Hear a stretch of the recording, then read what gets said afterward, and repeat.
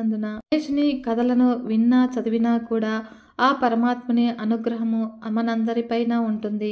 ఈ రోజున గణేశుని కథలను భక్తి శ్రద్ధలతో వినండి. పూర్వము విదర్భ దేశాన్ని భీముడు అనే రాజు పరిపాలిస్తూ ఉండేవాడు. మహాబలవంతుడైనటువంటి భీముడు తన భుజబలంతో ఎంతో మంది రాజుల్ని ఓడించి వారందరినీ కూడా తన సామంతులుగా చేసుకున్నాడు. అతడి రాజధాని కౌండిన్యపురము. ఆ రాజ్యరక్షణ కోసము అపారమైన సైన్యము ఎప్పుడూ కూడా సర్వసన్నద్ధంగా ఉండేది. అయితే భీముడు పరాక్రమవంతుడే కాదు, వితరణశీలి కూడా. ప్రజలకి, పండితులకి, భూసురులకి విరివిగా దానధర్మాలు చేసేవాడు. ఆయన్ను ఆశ్రయించి ఎంతోమంది నిశ్చింతగా జీవిస్తూ ఉన్నారు. అలా భీముడి భార్య చారుమతి, పేరుకు తగ్గట్లే సుగుణవతి, మంచి సౌందర్యవతి. అలా మహాపతివ్రత అయినటువంటి భార్యతో భీముడు ఎంతో ఆనందంగా కాలం గడుపుతున్నాడు. ఎన్ని సుఖభోగాలు అనుభవిస్తున్నా కూడా వారికి సంతానయోగం మాత్రం కలగలేదు. ఆ విధంగా సంతాన భాగ్యం కోసము భీముడు ఎన్నో వ్రతాలు, పూజలు, హోమాలు, దానాలు కూడా చేశాడు. అయినా కూడా ఏమాత్రం ప్రయోజనం లేకపోయింది. ఇలా ఎంతకాలం గడిచినా కూడా తమ కోరిక నెరవేరకపోవటంతో భీముడు కృషించిపోయాడు. సంతానం లేని దిగులు ఆయన్ని నిర్వేదాన్ని గురిచేసింది. వైరాగ్యభావంతో నిండిపోయినటువంటి ఆయన ఒక రోజున తన మంత్రులైనటువంటి మనోరంజనుడు, సుమంతుడు అనే వాళ్ళని పిలిచి తన రాజ్యాన్ని వారికి అప్పగించాడు. తన సంపదలో చాలా భాగము బ్రాహ్మణులకి, ఇతరులకి దానం చేసి భార్యతో సహా వానప్రస్థం చేయటానికి బయలుదేరాడు.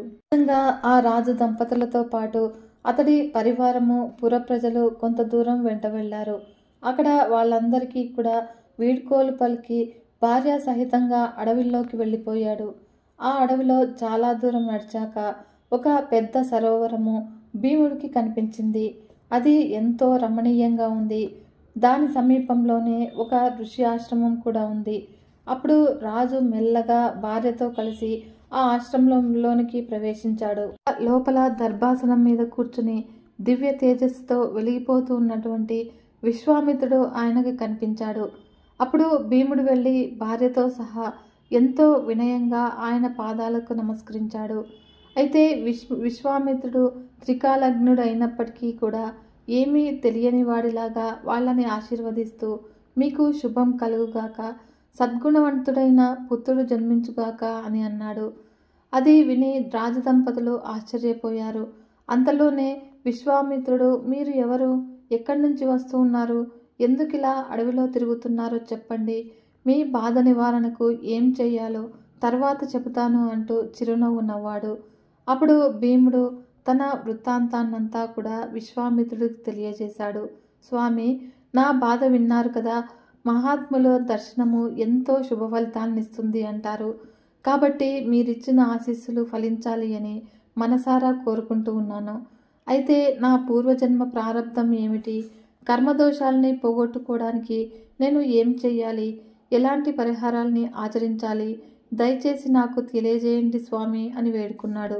విశ్వామిత్రుడు భీముడితో తన పూర్వజన్మ వృత్తాంతాన్ని ఇలా తెలియజేస్తూ ఉన్నాడు. రాజా, నీవు పూర్వజన్మలో గొప్ప ఐశ్వర్యవంతుడివి. ధనమదంతో, అహంకారంతో తరతరాలుగా కూడా మీ వంశం వారు కులదైవంగా అర్చిస్తూ ఉన్నటువంటి గణపతి పూజని నీవు వదిలేశావు. కులధర్మాన్ని మంటగలిపావు. నీ పూర్వీకులంతా కూడా శాస్త్రంలో, వేదంలో చెప్పిన ధర్మాలన్నీ కూడా ఎంతో శ్రద్ధగా ఆచరించేవాళ్ళు. అంతా కూడా నిత్యము ఆ గజాననుని భక్తి శ్రద్ధలతో కొలిచేవారు. ఆ విధంగా వంశపారంపర్యంగా వచ్చే ఆ పూజా సంప్రదాయాన్ని నువ్వు వదిలిపెట్టడం వల్లే నీకు ఈ జన్మలో సంతాన భాగ్యం కలగలేదు. 7 తరాల ముందు నీ వంశంలో వల్లభుడు అనేవాడు రాజుగా ఉండేవాడు. నీలానే అతడు కూడా సౌందర్యవంతుడు, ధర్మపరాయణుడు కూడా. ఎంతో కాలానికి అతడికి ఒక పుత్రుడు జన్మించాడు. అయితే పుట్టిన ఆ బాలుడు గుడ్డి, మూగ, చెవిటివాడుగా, శరీరమంతా కూడా వ్రణాలతో రసికారుతూ దుర్గంధ భూయిష్టంగా జన్మించాడు. మరుగుజ్జుగా ఎంతో వికృతంగా ఉన్నటువంటి ఆ శిశువుని చూసి అతడి తల్లి కమల ఎంతో దుఃఖించింది. అయ్యో, నేనెంత పాపాత్మురాలిని, ఇంత వికారుడైనటువంటి పుత్రుని కన్నానే, ఇలాంటి వాడు ఉండటం కన్నా సంతానం లేకపోవడమే మంచిది కదా. వీడి వల్ల నాకు ఆనందం ఎలా కలుగుతుంది, వీడిని లోకులకి ఎలా చూపించాలి, ఇలాంటి పిల్లవాడిని కన్నా నేనెంత పాపిష్టురాలిని, మా ఇద్దరికీ కూడా చావైనా రావటం లేదే అని దారుణంగా విలపించసాగింది. ఆమె ఏడుపు విని సూతికా గృహానికి దగ్గరికి పరిగెత్తుకొచ్చినటువంటి వల్లభుడు జరిగింది తెలుసుకుని భార్యను ఓదార్చాడు. దేవి, నీవేం బాధపడవద్దు. కష్టసుఖాలన్నీ కూడా మన కర్మానుసరణ నుంచి ప్రాప్తిస్తూ ఉంటాయి. మానవుడి భవిష్యత్తంతా కూడా అతడు పూర్వజన్మలో చేసినటువంటి సకృత దుష్కృతాలని అనుసరించి ఉంటుంది. కనుక నీవి పుత్రుడి కోసం విలపించవద్దు. వీడు చేసుకున్నటువంటి దుష్కర్మ తొలగిపోవాలే గాని తిరిగి సంపూర్ణ ఆరోగ్యవంతుడవుతాడు.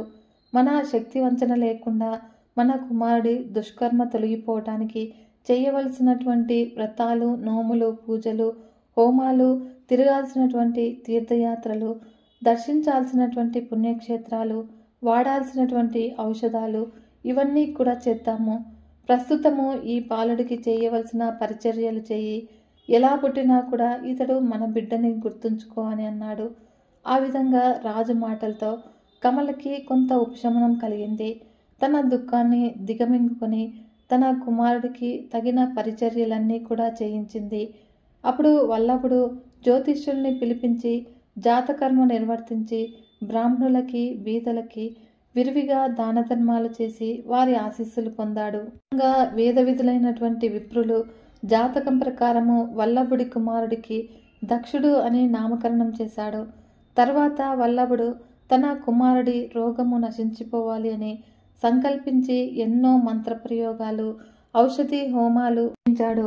వైద్యుల్ని పిలిపించి ఔషధ ప్రయోగాలు చేయించాడు.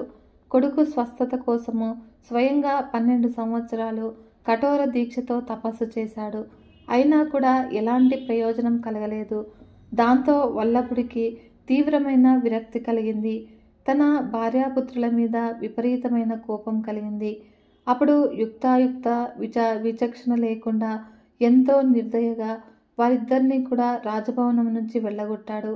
ఆ విధంగా భర్త చేత తిరస్కారానికి గురైనటువంటి కమలాదేవి తన కుమారుణ్ణి తీసుకుని తన దౌర్భాగ్యానికి చింతిస్తూ అడవుల్లోకి వెళ్ళిపోయింది. అలా కుమారుణ్ణి వీపున కట్టుకుని అడవులు, గ్రామాలు దాటి ముందుకు వెళ్ళసాగింది.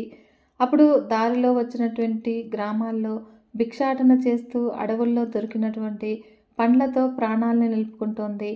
ఆమె ధరించినటువంటి విలువైన ఆభరణాలన్నీ కూడా దొంగలు దోచేసుకున్నారు.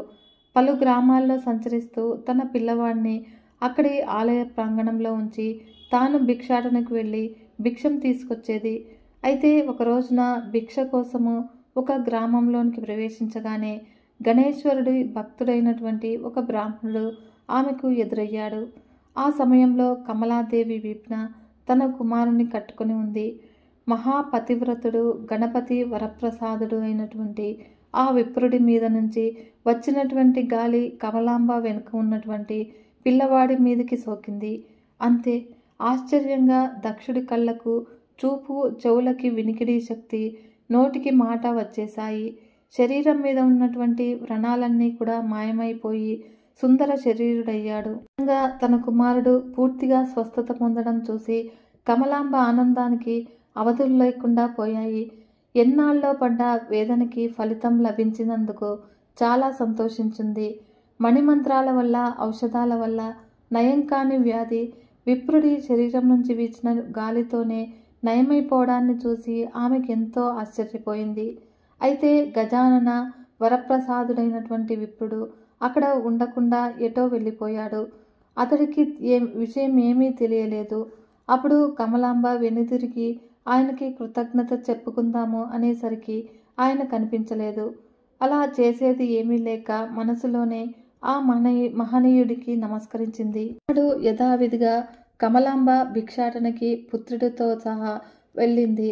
అప్పుడు వెళ్ళిన ప్రతి చోట కూడా ఆమెకి, ఆమె కుమారుడికి కూడా షడ్రసోపేతమైనటువంటి భోజనాన్ని పెట్టేవాళ్ళు. ఇలా ప్రతిరోజు కూడా ఆ తల్లి కొడుకులకి విందు భోజనం లభించేది. ఇలా కొన్నాళ్ళు గడిచాక ఆ ఊరిలోని ఒక పెద్ద మనిషి గ్రామంలోనికి వచ్చిన దక్షుడితో, నాయనా, నీవు ఎవరు, ఎక్కడి నుంచి వచ్చావు అని ప్రశ్నించాడు. అప్పుడు దక్షుడు తల్లి దగ్గరికి వచ్చి తన పుట్టుపూర్వోత్తరాలన్నీ కూడా తెలుసుకుని ఆ విషయాన్ని వెళ్ళి గ్రామ ప్రజలకి తెలియజేశాడు. అప్పుడు వారంతా కూడా దక్షుడి వృత్తాంతం విని ఎంతో ఆశ్చర్యపోయాడు. ఆ బాలుడికి సంపూర్ణ ఆరోగ్యాన్ని చేకూర్చినటువంటి బ్రాహ్మణుడి గొప్పతనాన్ని ప్రశంసించి తమ తమ ఇళ్లకు వెళ్ళిపోయారు. కొన్ని రోజులు గడిచాక కమలాంబ గజానన వరప్రసాదుడైనటువంటి విప్రుడి ఇల్లు తెలుసుకుంది. మహానుభావుడైన ఆయన ద్వారా శ్రీ మహాగణపతి పూజా విధానాన్ని చెప్పించుకుంది. ఆ విప్రుడు పూజా విధానంతో పాటుగా గణపతి అష్టాక్షరి మంత్రాన్ని కూడా తల్లి కొడుకులకి ఉపదేశించారు. ఆనాటి నుంచి తదేక దీక్షతో వాళ్ళిద్దరూ కూడా గణపతి మంత్రాన్ని అత్యంత భక్తి శ్రద్ధలతో జపించసాగారు. వారి శరీరాలు తపస్సు వల్ల కృషించిపోయాయి. అయినా కూడా వారు చెల్లించలేదు. తమ దీక్షని అలాగే కొనసాగించారు.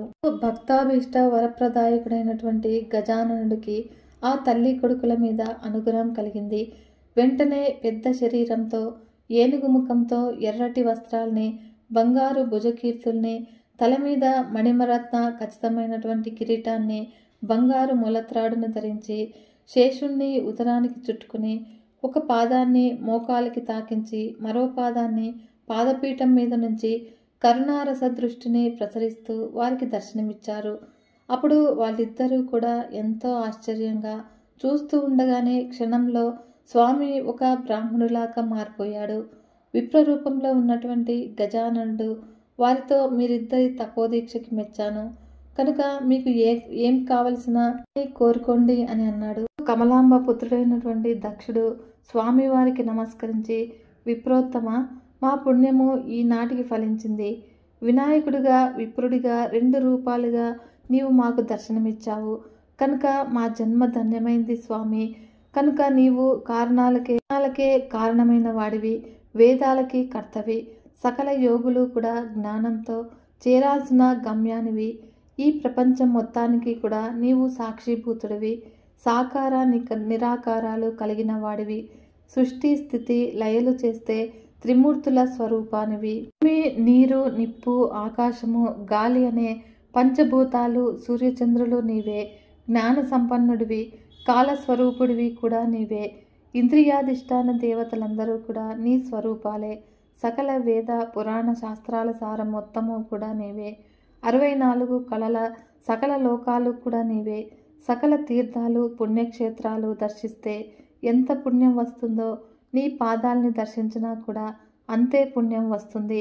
కనుక నీ అనుగ్రహం పొందిన వారికి సాధ్యం కానిది ఏదీ లేదు అని దివ్యంగా స్తుతించాడు. దక్షుడి స్తుతులు విన్నటువంటి గజాననుడు చాలా సంతోషించి, బాలక, నీ స్తుతికి ప్రసన్నుడనయ్యాను కనుక నీకు ఏం వరం కావాలో కోరుకో, అది ఎలాంటిదైనా సరే తీరుస్తాను. అయితే ఈ వరాన్ని నీకిప్పుడు ఇవ్వను. ఇలా చేస్తే నాకు భక్తుడిని చిన్నబుచ్చినట్లవుతుంది. నా మరో భక్తుడి పేరు ముద్గలుడు. నీవు ఆయన్ని స్మరిస్తే చాలు, నీ ముందు ప్రత్యక్షమై నీ కోరిక తీరుస్తాడు. శుభం కలుగుగా కాని ఆశీర్వదించి అక్కడి నుంచి అంతర్ధానమైపోయాడు. తనకు సాక్షాత్కరించి అంతలోనే గజాననుడు అదృశ్యం కావటంతో దక్షుడు ఎంతో బాధపడ్డాడు. ఏడ్చి ఏడ్చి మూర్ఛపోయాడు. ఆ విధంగా కొద్దిసేపటికి తేరుకుని స్వామివారు ఎక్కడికి వెళ్ళాడు, ఆయన్ను ఎలా కలుసుకోవటం అని చింతించసాగాడు. వినాయకుడు తన కళ్ళ ముందు నుంచి అదృశ్యం కావటంతో దక్షుడికి ఏమీ దిక్కుతోచలేదు. పిచ్చివాడైపోయాడు. తల్లిని వదిలిపెట్టి దారిలో వెళ్తూ కనిపించిన వాళ్ళందరినీ కూడా చెట్టు చేమలతో సహా, వినాయకుడు మీకు కనిపించాడా, ఎదురయ్యాడా, ఆయన ఎక్కడ ఉంటాడు, దయచేసి చెప్పండి అంటూ విలిపించసాగాడు. ఆ విధంగా తిరుగుతూ ఉన్నటువంటి దక్షుడు ఒకచోట నీరసంతో మూర్ఛపోయాడు. ఆ మూర్ఛలో అతడికి ఒక కల వచ్చింది. అందులో దేదీప్యమానంగా వెలిగిపోతూ ఉన్నటువంటి ఒక బ్రాహ్మణుడు కనిపించాడు. అతన్ని చూసి ఏదో అడుగుదాము అనుకునే లోపే దక్షుడికి మెలకువ వచ్చింది. అప్పుడు కళ్ళు తెరిచేసరికి ఎదురుగా కలలో కనిపించినటువంటి బ్రాహ్మణుడు ఉన్నాడు. దక్షుడికి పూర్వము గజాననుడు చెప్పినటువంటి ముద్గలుడి పేరు గుర్తొచ్చింది. వెంటనే బ్రాహ్మణుడితో, స్వామి ముద్గల మహర్షి ఎక్కడ ఉంటారు అని ప్రశ్నించాడు. ఆ విప్రుడు ముద్గలుడి ఆశ్రమం దారి చూపించాడు. దక్షుడు బ్రాహ్మణుడు చెప్పినటువంటి దారిలో వెళ్ళి ముద్గల ఆశ్రమానికి చేరుకున్నాడు. ఆ ఆశ్రమము ఎంతో రమణీయంగా ఉంది. ఎన్నో రకాల ఫలపుష్ప వృక్షాలతో ఇంద్రుడి నందనోద్యానవనం కన్నా ఎంతో బాగుంది. అలాంటి ఆశ్రమంలోనికి ప్రవేశించినటువంటి దక్షుడు వేదాంగాలు, సకల మంత్రశాస్త్రాలు, ఆగమాలు తెలిసినవాడు, సిద్ధపురుషుడు అయినటువంటి ముద్గల మహర్షిని దర్శించాడు. ఆయన రత్నాలతో పొదగబడ్డ బంగారు వినాయకుడిని అర్చిస్తూ ఉన్నాడు. దేవతార్చనలో నిమగ్నమైన ముద్గలుడి దగ్గరికి వెళ్ళి ఆయన పూజ కాగానే పాదాలపై పడిపోయాడు. దయాసింధువైనటువంటి ముద్గలుడు దక్షుణ్ణి పైకి లేపి, నాయనా, నీవు ఎవరు? ఎందుకిలా దుఃఖిస్తూ ఉన్నావు? కారణం ఏమిటి? నాకు చెప్పు, నీ బాధని పోగొడతాను అని అన్నాడు. ఆ విధంగా ముద్గలుడి మాట వినగానే దక్షుడికి ధైర్యం వచ్చింది. పురుష, నేను కర్ణాటక దేశంలోని బాను నగరానికి రాజు అయినటువంటి వల్లభుడి కుమారుణ్ణి. నా తల్లి పేరు కమలాంబ. కర్మ ప్రారంధం వల్ల నేను పుట్టడంతోనే అంగవైకల్యంతో పుట్టాను అని అంటూ తాను ఒక బ్రాహ్మణుడి ద్వారా స్వస్థుడు కావటము, అదే బ్రాహ్మణుడి ద్వారా గణపతి మంత్రోపదేశాన్ని పొంది గజాననుడి సాక్షాత్కారం పొందటం వలన జరిగిన వృత్తాంతాన్నంతా కూడా ఆయనకు తెలియజేశాడు. స్వామి, నాకు ప్రత్యక్షమైనటువంటి గజాననుడు నన్ను వరం కోరుకోమని, దాన్ని తాను ఇవ్వనని, తన అనుగ్రహం పొందినటువంటి ముద్గల మహర్షే నన్ను అనుగ్రహిస్తాడు అని చెప్పి అంతర్ధానమయ్యాడు. దాంతో మిమ్మల్ని వెతుకుతూ ఇలా మీ ఆశ్రమాన్ని చేరుకున్నారు. తమరే నన్ను అనుగ్రహించాలి. మహాత్మా, మీరు గణేశుడి పరిపూర్ణ అనుగ్రహాన్ని పొందినటువంటి పుణ్యాత్ములు. ఆ గణేశుడిలానే మీరు కనిపిస్తూ ఉన్నారు. గజాననుడి అనుగ్రహంతో నాకు సర్వము కూడా గణపతిమయంగానే కనిపిస్తుంది అని అన్నాడు దక్షుడు. ముద్గలుడన్నాడు, నాయన దక్ష, నీవెంతో అదృష్టశాలివి. నీకున్నటువంటి అనన్య భక్తి వల్లనే నీకు గజాననుడి దివ్య దర్శనం లభించింది. ఆదిదేవుడైనటువంటి ఆ ప్రభువు కేవలము భక్తితో పరమవశమవుతాడు కానీ దర్పంతో, అహంకారంతో ఎంతకాలం తపస్సు చేసినా కూడా పలకడు. తీరని ఆర్తి, తపన, దీక్ష కలిగి వీటికి తోడు భగవంతుడి అనుగ్రహం కూడా ఉంటేనే ఆయన సాక్షాత్కారం లభిస్తుంది. గణపతి కరుణామయుడు, పంచభూతాలకి, పంచ తన్మాత్రలకి, ఇంద్రియాలకి అతీతుడు. దేవగణాలు, గంధర్వులు, ఋషులు, మునులు ఎంతో కాలం తపస్సు చేసినప్పటికీ కూడా ఆయన్ని తెలుసుకోలేరు. అలాంటి గజాననుడి దర్శనము పొందినటువంటి నీవెంతో ధన్యుడవి. నాకు ఆ భాగ్యం కలగలేదు. కుమార, నీలాంటి శిష్యుడు లభించడము నా అదృష్టము అని ప్రేమగా అతన్ని కౌగిలించుకుని ఆశీర్వదించి గజాననుడి ఏకాక్షర మహామంత్రాన్ని అంగోపాంగంగా దక్షుడికి ఉపదేశించాడు. దక్ష, ఈ మంత్రము మహిమోపేతమైనది. దీన్ని క్రమం తప్పకుండా నిత్యము కూడా జపించు. గణపతి అనుగ్రహంతో నీ కోరికలన్నీ కూడా తీరుతాయి. ఇహపర సౌఖ్యాలు రెండూ లభిస్తాయి అని దీవించాడు. ఈ విధంగా భీమ మహారాజుకి అతడి పూర్వీకుడైన దక్షుడి చరిత్రని వినిపించాడు విశ్వామిత్రుడు. భీముడు, మహర్షి, మీ దయ వల్ల మా పూర్వీకుడి కథ విన్నాను. అయితే నాదొక సందేహము. పుట్టుకతోనే రోగిష్టి అయినటువంటి దక్షుడు ఎలా ఆరోగ్యవంతుడయ్యాడు? ఎన్నో సంవత్సరాలు తపస్సు చేసినా కూడా ముద్గల మహర్షికి గణేశ సాక్షాత్కారము ఎందుకు లభించలేదు? ఎంతో సులభంగా దక్షుడికి స్వామి ఎందుకు దర్శనమిచ్చాడు? దయచేసి ఈ విషయాలన్నీ కూడా వివరించండి అని ప్రార్థించాడు భీమరాజు. విశ్వామిత్రుడు భీమరాజుతో బల్లాల వినాయకుడి వృత్తాంతాన్ని ఇలా చెబుతూ ఉన్నాడు. ఓ భీమరాజా, పూర్వము సింధు దేశంలో వల్లి అనే నగరం ఉండేది. ఆ నగరంలో కళ్యాణ సంజ్ఞకుడు అనే ధనవంతుడైనటువంటి వైశ్యుడు ఉండేవాడు. అడిగిన వాళ్ళకి లేదనకుండా దానం చేసే వితరణశీలి. అతడి భార్య ఇందుమతి. పేరుకు తగ్గట్టే గొప్ప సౌందర్యవతి, పరమ పవిత్రత. దంపతులకి అందగాడు, గుణవంతుడు అయినటువంటి పుత్రుడు జన్మించాడు. కళ్యాణుడు జాతక కర్మాది నిర్వర్తించి బ్రాహ్మణులకు, బీదవారికి ఎన్నో దాన ధర్మాలు చేసి జ్యోతిష్యుల ఆజ్ఞ ప్రకారము తన కుమారుడికి బల్లాలుడు అని పేరు పెట్టాడు. ఆ బల్లాలుడు శుక్లపక్ష చంద్రుడిలాగా దినదిన ప్రవర్ధమానం కాసాగాడు. అయితే చిన్నతనం నుంచే భక్తిభావంతో ఉండేవాడు. పూర్వజన్మ విశేషం వల్ల అతడికి బాల్యం నుంచే గజాననుడి మీద అచంచలమైన భక్తి ప్రపత్తులు ఉండేవి. ఒక రోజున బల్లాలుడు తన తోటి పిల్లలతో కలిసి సమీపంలో ఉన్న అరణ్యానికి వెళ్ళాడు. వాళ్ళందరితో కలిసి ఎన్నో రకాల ఆటలాడాలు. ఆటలలో భాగంగా ఒక నున్నని రాయిని స్థాపించి దానికి ప్రాణప్రతిష్ఠ చేశాడు. పక్కనే ఉన్న గరికతో పువ్వులతో ఆ మూర్తిని పిల్లలతో కలిసి పూజించాడు. బల్లాలుడి మిత్రులు కూడా గణపతి భక్తులే. వారిలో కొందరు గణపతి నామాన్ని జపిస్తూ ఉంటే మరికొందరు గానం చేస్తూ ఉన్నారు. ఇంకొందరు పిల్లలు కర్రలతో మామిడి తోరణాలతో ఒక మండపాన్ని గణపతి ప్రతిమ పైన నిర్మించారు. మరికొంతమంది బాలకులు అడవిలో దొరికినటువంటి పళ్ళు ఫలాలు తెచ్చి గణపతికి నైవేద్యంగా సమర్పించారు. ఇంకొందరు పండితుల్లాగా వేషాలు ధరించి తమకు తెలిసిన మంత్రాల్ని పఠించారు. ఈ విధంగా గజాననుడి మీద భక్తి ప్రపత్తులతో తన్మయులైపోయి ఆ పిల్లలంతా కూడా అన్నపానాలను సైతం మర్చిపోయారు. ఇలా కొన్ని రోజులు గడిచాయి. ఒక రోజున నగరంలోని పిల్లల తల్లిదండ్రులు కళ్యాణుడి దగ్గరకొచ్చి, ఏమయ్యా, నీకిది న్యాయంగా ఉందా? నీ పిల్లవాడిని కాస్త కట్టడి చెయ్యి. వాడి భక్తి పిచ్చిని మా పిల్లలకి కూడా అంటిస్తూ ఉన్నాడు. అడవుల వెంట తిరుగుతూ మా వాళ్ళంతా కూడా తిండి తిప్పలు లేక చిక్కిపోతూ ఉన్నారు. వేళకి ఇంటికి రావటం లేదు. నీ కొడుక్కి బుద్ధి చెప్పు, లేదా మేమే బాగా తన్ని బుద్ధి చెబుతాము అని హెచ్చరించారు. వారి మాటలు కళ్యాణుడికి ఆగ్రహాన్ని తెప్పించాయి. వెంటనే పెద్ద కర్ర తీసుకుని తన అడవిలోనికి వెళ్ళాడు. కొంత దూరం లోపలికి వెళ్ళాక అక్కడొక చోట పిల్లలంతా కూడా గణపతికి నిర్మించినట్టు కర్రల పందిరి కనిపించింది. దాన్ని ముందు వాళ్ళంతా కూడా ఆటలాడుకుంటూ ఉన్నారు. కోపం పట్టలేక కళ్యాణుడు తన దగ్గరున్నటువంటి కర్రతో వాళ్ళు వేసినటువంటి పందిరినంతా కూడా ధ్వంసం చేశాడు. అతడి కోపం చూసి పిల్లలంతా కూడా అక్కడి నుంచి పారిపోయారు. ఒక్క బల్లాలుడు మాత్రము కదలకుండా అక్కడే కూర్చుని ఉన్నాడు.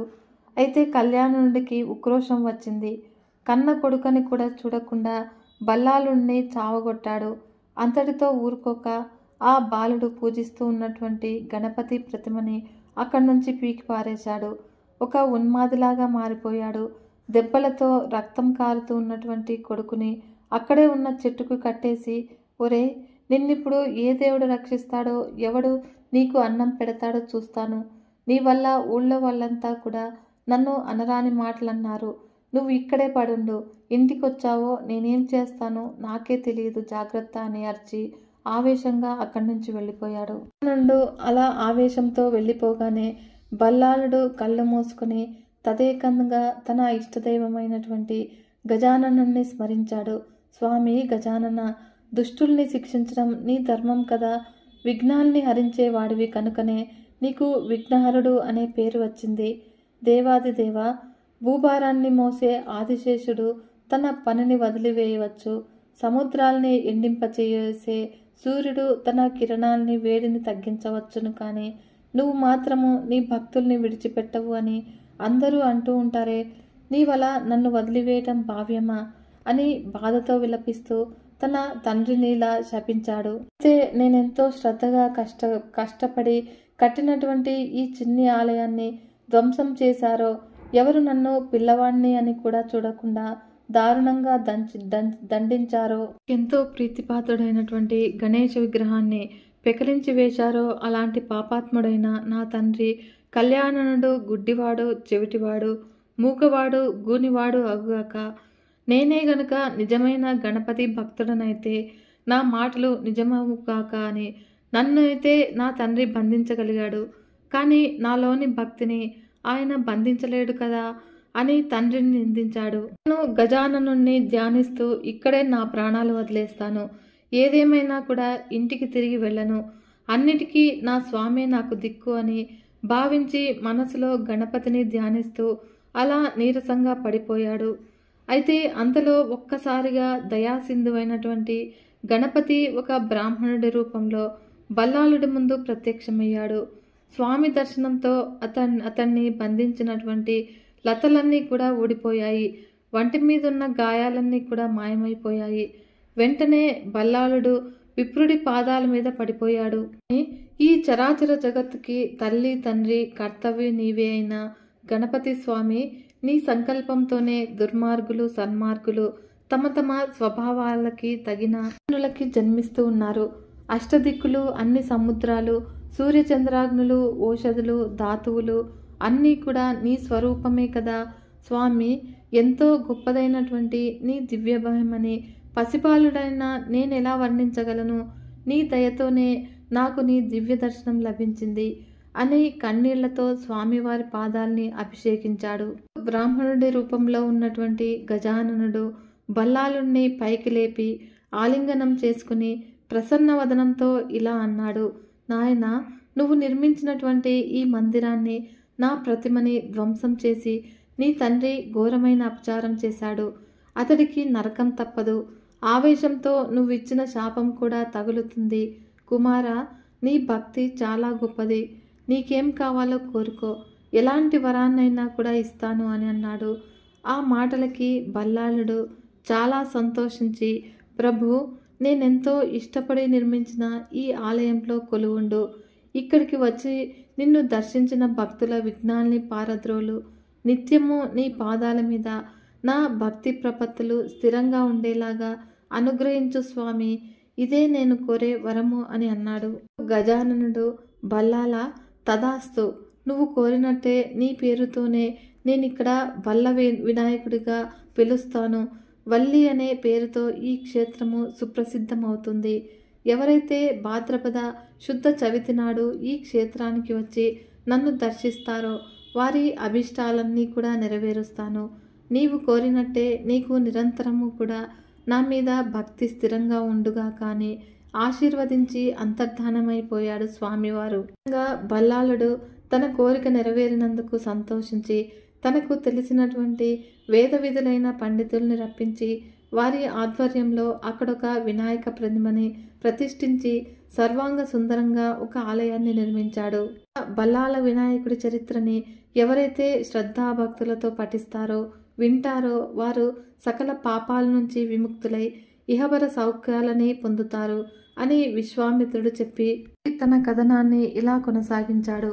అక్కడ బల్లాలుడిచిన శాప ప్రభావంతో కళ్యాణుడి శరీరమంతా కూడా ఛిద్రమైపోయింది. వాళ్ళంతా పుళ్ళు ఏర్పడి రసికారటం మొదలయ్యింది. భరించరాని దుర్వాసన, దాంతోపాటు మూగ, చెవుడు, అంధత్వం కూడా ప్రాప్తించాయి. అయితే భర్త స్థితిని చూసి ఇందుమతి ఎంతో దుఃఖించింది. నా భర్త సహజంగా ధర్మపరుడు. ఏ జన్మలో చేసిన పాపమో కదా ఈనాడు ఇలాంటి దీనస్థితి ఆయనకి కలిగింది. ఈ బాధ ఎలా తీరుతుంది? నా బ్రతుకింతేనా అని దీనంగా విలపించసాగింది. ఆ విధంగా కొద్ది రోజుల తర్వాత ఇరుగు పొరుగు వాళ్ళ ద్వారా తన భర్త బల్లాలుణ్ణి తీవ్రంగా హింసించి అరణ్యంలో ఒక చెట్టుకి బంధించాడని తెలుసుకుంది. అయితే మనసు ఉండబట్టలేక వెంటనే కొడుకుని వెతుకుతూ అరణ్యానికి బయలుదేరింది. తీరా ఆమె అక్కడికి వెళ్ళేసరికి బంగారు రంగు శరీరంతో నిండు ఆరోగ్యంతో మిసమిసలాడిపోతూ తన కుమారుడు కనిపించాడు. అప్పుడు ఆనందంతో ఆశ్చర్యపోయింది. అక్కడున్న గణపతి దేవాలయంలో చతుర్బాహుడు, త్రినేత్రుడు, ఏకదంతుడు అయిన గణేశుణ్ణి ఎంతో దీక్షగా అర్చిస్తూ ఉన్నాడు బల్లాలుడు. ఊర్లో వాళ్ళంతా కూడా అసూయాపరులు. నా కొడుకు గురించి, నా భర్త గురించి లేనిపోనివి చెప్పారు. ఇక్కడికి వచ్చి చూస్తే నా కొడుకు ఎంతో ఆరోగ్యంగా ఆనందంగా ఉన్నాడు అని అనుకుంటూ ఆలయంలోనికి వెళ్ళి బల్లాలుణ్ణి దగ్గరికి పిలిచి ఆప్యాయంగా కౌగిలించుకుంది. బల్లాల, నీ పూజలు కొద్ది కాలం ఆపు నాయనా. ఇంటి దగ్గర నీ తండ్రి గారు ఎంతో అనారోగ్యం పాలయ్యారు. వాళ్ళంతా కూడా కురుపులు, మాట లేదు, చూపు లేదు, వినిపించదు. ఆయన పడే బాధ వర్ణనాతీతము. నీ తండ్రిని రక్షించటము కొడుకుగా నీ ధర్మము. పద నాయన, నాతో వచ్చి నీ తండ్రిని కాపాడు. తండ్రి స్వతహాగా ధర్మాత్ముడు. ఏదో ఆవేశంలో వివేకం కోల్పోయి నిన్నిలా దండించి ఉంటాడు. దానికి నేడిలా దీనస్థితిని అనుభవిస్తూ ఉన్నాడు. ఒక కొడుకుగా నీ కర్తవ్యం నెరవేర్చు, అది నీ ధర్మము అని హితబోధ చేసింది ఇందుమతి. అయితే తల్లి మాటలు విన్న బల్లాలుడిలో నిర్లిప్తత చోటు చేసుకుంది. ఎంతో వైరాగ్యంతో, అమ్మ, తల్లి ఎవరు, తండ్రి ఎవరు? ఈ చరాచర ప్రకృతి దాని స్వాభావిక లక్షణాలైన సంకల్ప వికల్పాలన్నీ కూడా పరమాత్మ ఆయన ఆ గజాననుడి వల్లే జరుగుతాయి. జీవుల మధ్య కలిగే రాగద్వేషాలకి కారణం కూడా వారి కర్మే. అందుకే ఎలాంటి వారైనా చేసిన కర్మఫలం అనుభవించక తప్పదు. నేటి నుంచి నాకు తల్లి, తండ్రి, దైవము, గురువు అన్నీ కూడా ఈ వినాయకుడే. నా జీవితం మొత్తము ఆయనకి సేవకే అంకితం చేశాను. ఆ స్వామివారి దయతోనే నాకు ఆరోగ్యము, ఆత్మజ్ఞానం లభించింది. పరమ పవిత్రమైన గణపతి ఆలయాన్ని ధ్వంసం చేయటము, స్వామివారి ప్రతిమని తొలగించటం లాంటి దురహంకారమైన పనులు చేయటం వల్లే నీ భర్తకి ఇలాంటి దుస్థితి కలిగింది. తత్వం ప్రకారము చెప్పాలంటే నిజానికి మీరిద్దరూ కూడా నా తల్లి, తండ్రి గారు. మనందరికీ కూడా తల్లి, తండ్రి ఆ అధిదేవుడైన ఆ గజాననుడే. సకల దేవతా స్వరూపుడైన ఆయనే జగత్తుకి కర్త. ఎలాంటి తప్పు చేయని నన్ను బాలుణ్ణి అని కూడా చూడకుండా దారుణంగా హింసించి, పైగా దైవదూషణ అనే అపరాధాన్ని ఎలాంటి భయము లేకుండా చేశాడు నీ భర్త. ఆ పాపానికి తగ్గ ఫలాన్నే ఇప్పుడు అనుభవిస్తూ ఉన్నాడు. ఇలాంటి మహాపాపిని నేను చూడను. ఎందుకంటే అలాంటి వారిని చూస్తే నాకు ఎన్నో దోషాలు అంటుకుంటాయి. కనుక నేటి నుంచి నా మీదున్న పుత్రప్రేమని వదిలేసి సతీధర్మం ప్రకారము నీ భర్తని సేవించుకుంటూ కాలం గడుపు అని హితబోధ చేశాడు. కొడుకు మాటలు విని ఇందుమతి తల్లడిల్లిపోయింది. కుమార, కరుణించు. నీ తండ్రి చేసిన తప్పుని క్షమించి ఆయనకిచ్చిన శాపాన్ని ఉపసంహరించు. దయచేసి నా మాట మన్నించు అని దీనంగా విలపించింది. అయితే తల్లి మాటలకి జాలిపడ్డ బల్లాలుడు ఆమెతో, అమ్మ, రాబోయే జన్మలో నీవు కమలాంబ అనే పేరుతో జన్మిస్తావు. వల్లభుడు అనే రాజుని పెళ్లాడుతావు. మీ ఇద్దరికీ కూడా దక్షుడు అనే పేరుతో ఇప్పటి నీ భర్త పుత్రుడిగా జన్మిస్తాడు. ఇప్పుడు అతడు అనుభవిస్తూ ఉన్న బాధలన్నీ కూడా పుట్టుకతోనే అనుభవిస్తాడు. నీ భర్త 12 సంవత్సరాలు తపస్సు చేసినా నీ బిడ్డకి అంగవైకల్యం తొలగిపోదు. అసహనంతో ఆయన నిన్ను, నీ పుత్రుడిని రాజ్యం నుంచి వెళ్ళగొడతాడు. నీవు నీ కుమారుణ్ణి తీసుకుని గ్రామాల్లో భిక్షమెత్తుకుంటూ జీవిస్తావు. ఒక రోజున ఒక వినాయక భక్తుడి దర్శనంతో నీ కష్టాలన్నీ కూడా తొలగిపోతాయి. అప్పుడే నీ కుమారుడికి పూర్తి ఆరోగ్యం చేకూరుతుంది. ఇదే నీ భర్త శాప విమోచనము. ఇక నీవు వెళ్ళు అని ఆమెను పంపించాడు. ఇంకా బల్లాలుడి నిర్ణయాన్ని విని ఏమీ చేయలేక ఎంతో బాధపడుతూ ఇందుమతి ఇంటికి వెళ్ళిపోయింది. తల్లి అలా వెళ్ళగానే ఒక దివ్యమైన విమానము బల్లాలుడున్న చోటికి వచ్చింది.